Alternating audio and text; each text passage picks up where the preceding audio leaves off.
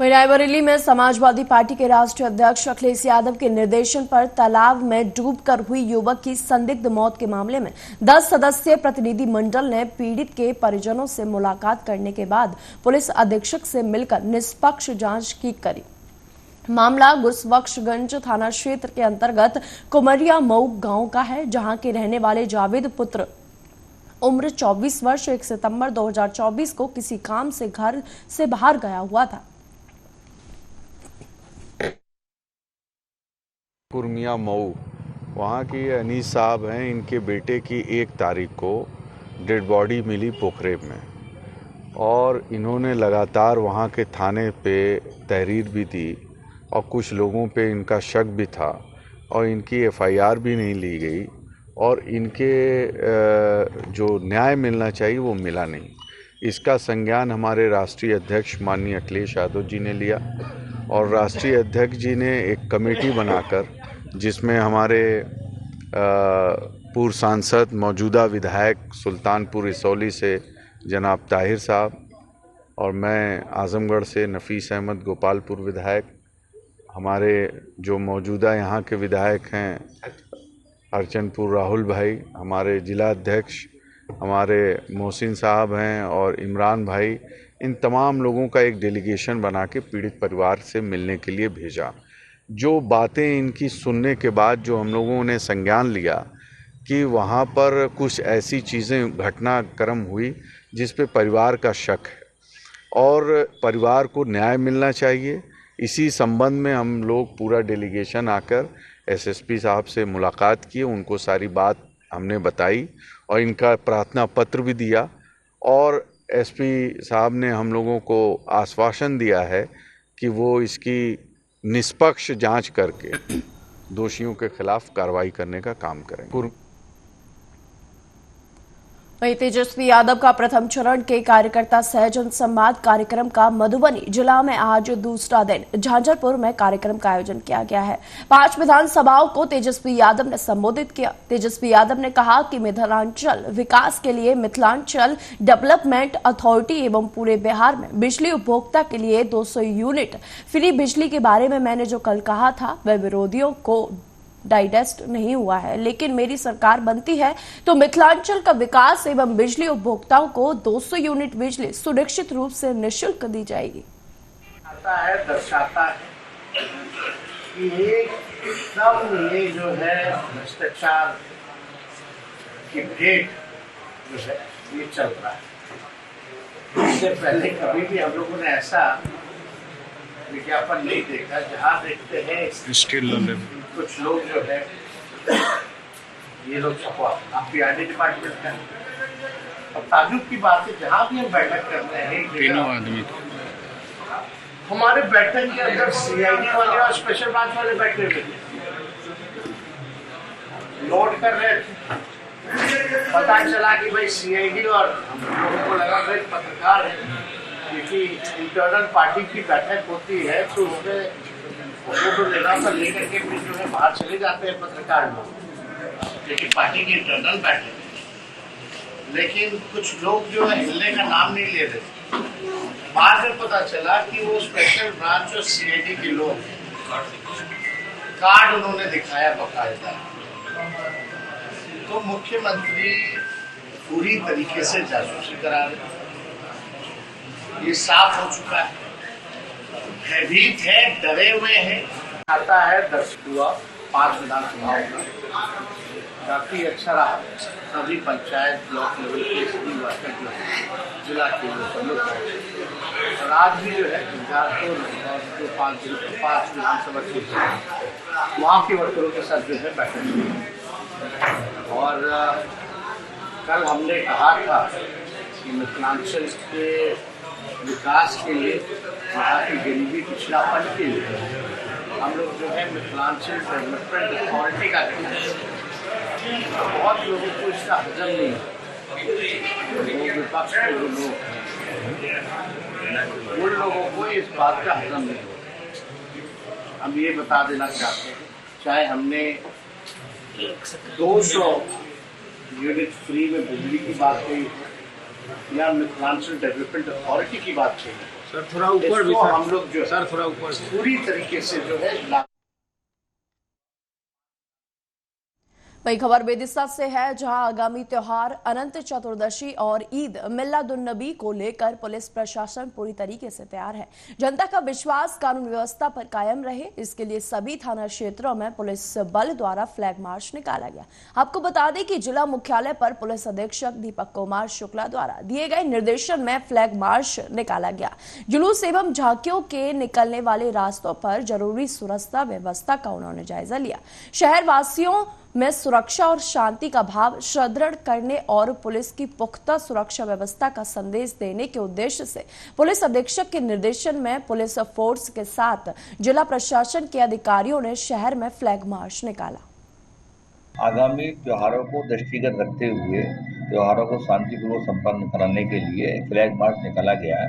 इस flag march में मेरे साथ एसडीएम साहब भी थे, 3 पीआई थे और करीब 12 सब इंस्पेक्टर थे, 10 एएसआई थे और कांस्टेबल और लेडी कांस्टेबल सब मिला के टोटल 70 लोग थे और 10 वाहन थे। उद्देश्य केवल यह है शहर में शांति व्यवस्था बनी रहे, इस हेतु फ्लैग मार्च निकाला गया है। कहाँ से कहाँ तक निकाला गया? ये दरअसल हमने कोतवाली शुरू किया था, कोतवाली शुरू करके बाल विहार से माधवगंज से कोतवाली निकासा तिलक चौक होते हुए सीधे बजरिया है, बजरिया से रामलीला मैदान, जतरापुरा और खाई रोड होते हुए सीधा हम लोग पीतल मिल और पीतल मिल से बंटी चौराहे पर जाकर समापन किया गया। साथ ही मैं आम लोगों से और आम जनता से सबसे अपील करता हूँ, आगामी त्योहारों को दृष्टि रखते हुए शांति व्यवस्था बनाए रखें। किसी भी फालतू किसी भी भ्रामक समाचार पर भरोसा ना करें जब तक पूरी तरह उसकी अथॉरिटी चेक ना कर लें, उसकी अथॉरिटी चेक करके ही निर्णय लें। बिहार के मुजफ्फरपुर में सूक्ष्म लघु एवं मध्यम उद्यम मंत्रालय के सहयोग से उत्तर बिहार वाणिज्य एवं उद्योग परिषद के तत्वाधान में 5 दिवसीय स्वयं सिद्धा उद्योग मेला लगाने जा रहा है। इसमें महिलाओं के हुनर को मंच मिलेगा। आगामी 28 सितंबर से 2 अक्टूबर तक मुजफ्फरपुर क्लब मैदान में ये मेला लगा रहेगा, जिसमें 100 स्टॉल लगाए जाएंगे। परिषद के अध्यक्ष श्याम सुंदर भीम सैरिया ने मुजफ्फरपुर क्लब में आयोजित बैठक में मेले के उद्देश्य पर प्रकाश डाला। उन्होंने कहा कि हमारे समाज की महिलाओं के आर्थिक विकास के लिए परिषद द्वारा आयोजित ये मेला मील का पत्थर साबित होगा। महिलाओं के हुनर को एक प्लेटफॉर्म पर लाकर राज्य स्तरीय बृहद बाजार मुहैया कराया जाएगा। महिलाओं द्वारा स्वयं से लगाए गए कुटीर उद्योग में अथक प्रयास से किए जा रहे उत्पादन को सिद्ध करने का अवसर परिषद द्वारा प्रदान किया जा रहा है। यहाँ पर जो है कार्यक्रम 28 सितंबर से लेकर के 2 अक्टूबर तक स्वयं सिद्धा उद्योग मेला का आयोजन हम लोग जो है सो करने जा रहे हैं north Bihar chamber of commerce and industries के सौजन्य से। और जिस परिसर पे हम लोग खड़े हैं यही जगह होगी हमारे मेले के लिए। जगह का नाम क्या है? मुजफ्फरपुर क्लब में ये मेला आयोजित किया जा रहा है। कितनी दुकानें लगाना है? ये हम लोगों के मतलब योजना है कि कम से कम 100 स्टॉल लगे, जिसमें 60 स्टॉल जो है हम लोगों को एमएसएमई डिपार्टमेंट के सहयोग से लगाने का परमिशन मिला हुआ है और 40 स्टॉल हम लोगों ने अपने स्तर से लोगों से प्रयास करके जोड़ने का प्रयास हम लोग कर रहे हैं।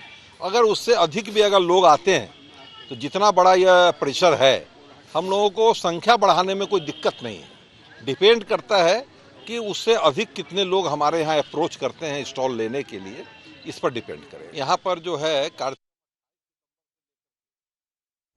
भागलपुर में वंदे भारत एक्सप्रेस ट्रेन का उद्घाटन समारोह में पहुंचे केंद्रीय रेल राज्य मंत्री सरदार रवनीत सिंह बिट्टू ने एक बड़ा बयान दिया है, जहां उन्होंने राहुल गांधी को देश का नंबर 1 आतंकवादी बताया है और कहा कि राहुल गांधी पर इनाम होना चाहिए।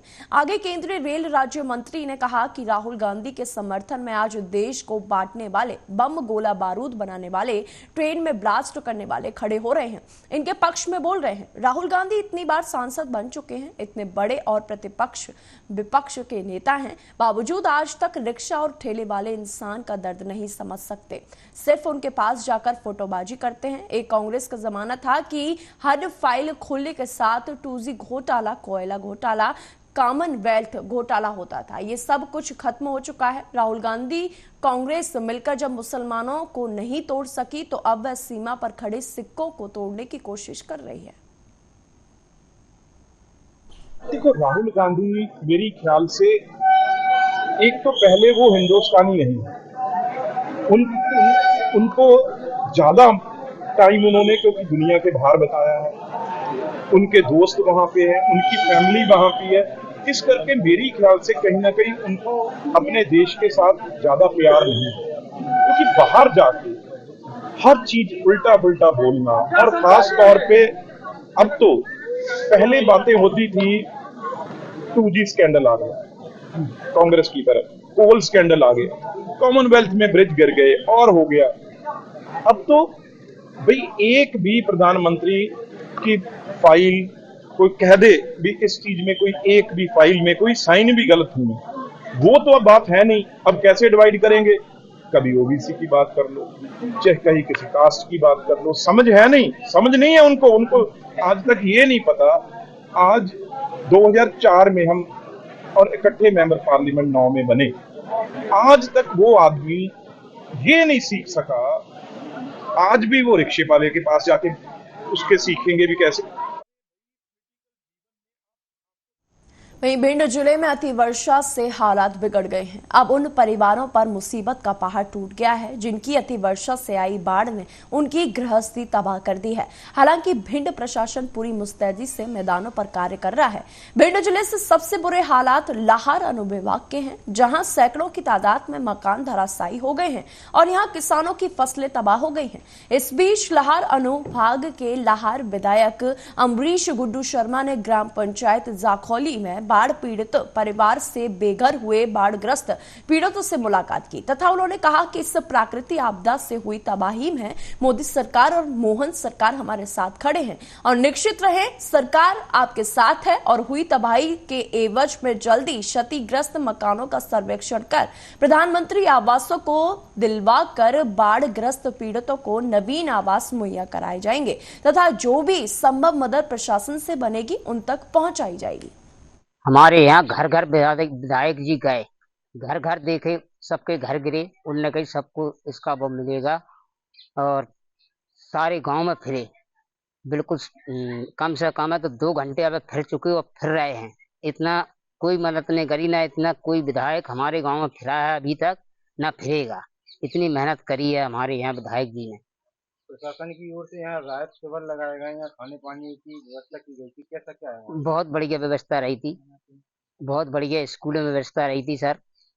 क्या क्या व्यवस्थाओं में था वहाँ पे खाने में? आलू की सब्जी पूड़ी समोसा केला फल फूल बिल्कुल हर चीज आई सर हमें। उसके लिए हम पूरे प्राणपण से जुट करके पूरा प्रशासन का सर्वे होने के बाद माननीय मुख्यमंत्री जी से बात करके आप लोग चिंता मत करो, ज्यादा से ज्यादा जितना हो सकता होगा हम आप लोगों का सहयोग करवाएंगे। पूरी पार्टी आपके साथ, हम आपके साथ खड़े हैं। हम आपके लिए विधायक नहीं है, हम आपके सेवक के रूप में हैं और सेवक के रूप में हम आपके सामने खड़े हैं, आपके साथ खड़े हैं, आपके हर सुख दुख में खड़े हैं। और इस जो आप लोगों को पीड़ा इससे पहुंची है, हम भगवान से प्रार्थना करते हैं कि इसको सहने की शक्ति आपको दे।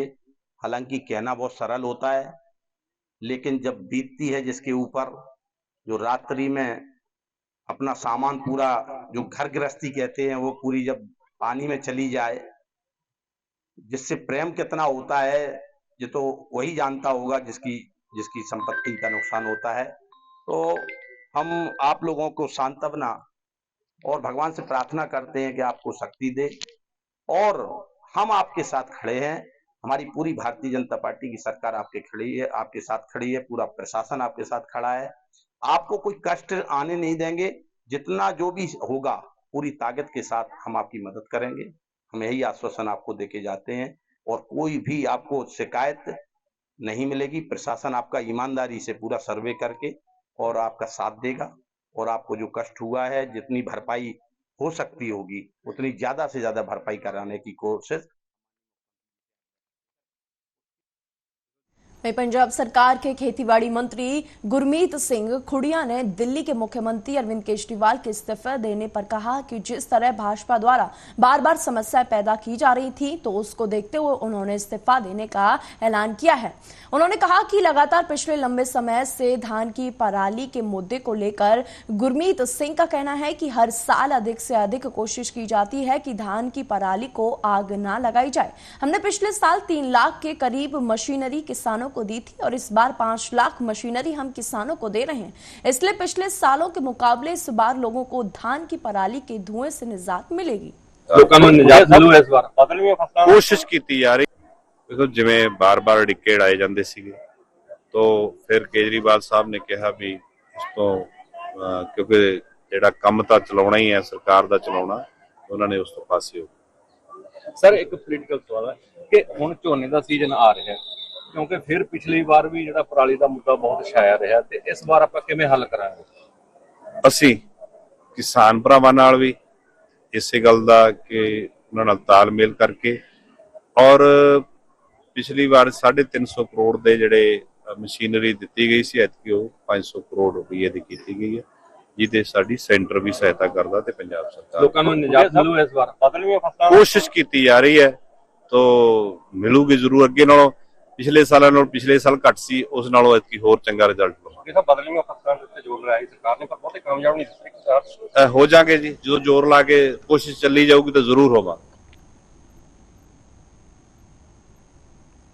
वहीं रायबरेली में घर के भीतर घुसकर महिला का पीटने का वीडियो सोशल मीडिया पर तेजी के साथ वायरल हो रहा है। पीटने वाली महिला पड़ोस की ही बताई जा रही है। मामला शहर कोतवाली इलाके के तिलक नगर का है। यहां राधा रानी मिश्रा अपने घर का गेट लगा रही थी। उसी दौरान पड़ोस की महिलाएं घर में घुस आईं और राधा रानी मिश्रा को जोरों से पीटने लगी। पिटाई की पूरी घटना सीसीटीवी कैमरे में कैद हो गई। सीओ सदर अमित सिंह के मुताबिक 2 दिन पहले राधा रानी मिश्रा की पड़ोसियों से लड़ाई हुई थी। इस मामले में पड़ोसियों ने राधा रानी के खिलाफ मुकदमा भी दर्ज कराया था। कल राधा रानी को घर में अकेला पाकर पड़ोसियों ने पिटाई भी कर दी। सीओ अमित सिंह ने बताया कि इस मामले में पड़ोसियों के खिलाफ मुकदमा दर्ज कर लिया है।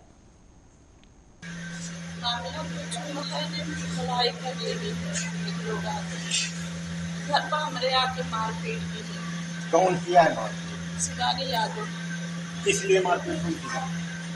कल तो कोई बात नहीं, पहले तो कोई विवाद था क्या? लड़का गाड़ी लेकर उसके लिए गाली गुस्सा मारपीट किए नहीं। कल तो कोई बात नहीं, हम पेट लगाते रहे वही पेट अपना काम करते हैं। पीछे से आएंगे उसको बुला के तो मारे हथा। कितने लोग आए थे मार? अब रहे 3-4 लोग रहे। क्या नाम है इनका? एक है ममता है, एक गीता है, एक देवर है।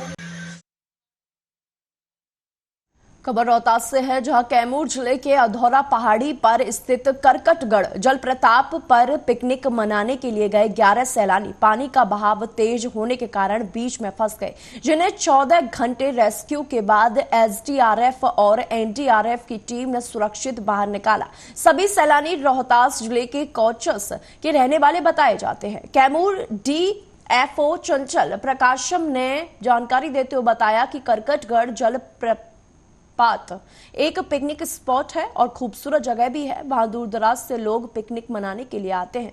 इसी दौरान रविवार को भी पिकनिक मनाने के लिए 300 से 400 की संख्या में टूरिस्ट गए हुए थे। जब पानी का जलस्तर बढ़ने लगा तो लोगों को सूचना दी गई और सभी लोग बाहर निकल कर आ गए, लेकिन ये जो 11 लोग थे इनका पिकनिक मनाने वाला बर्तन वहीं रह गया और उससे पुनः लेने के लिए तभी वे वापस गए और पानी के तेज बहाव में वहीं फंस गए, जिन्हें 14 घंटे के बाद रेस्क्यू कर बाहर निकाला गया। कैसे आप लोग फंस गए वहाँ? अचानक पानी आ गया, खाना बना रहे थे हम लोग, अचानक से पानी आ गया वहाँ पे। तो बीच में थे? बीच में थे, थोड़ा सा पत्थर था बड़ा सा, वहीं पे बना। कितने बजे घटना है? लगभग 2:30 कुछ। किसके द्वारा निकाला गया आप लोग? एनडीआरएफ और पुलिस।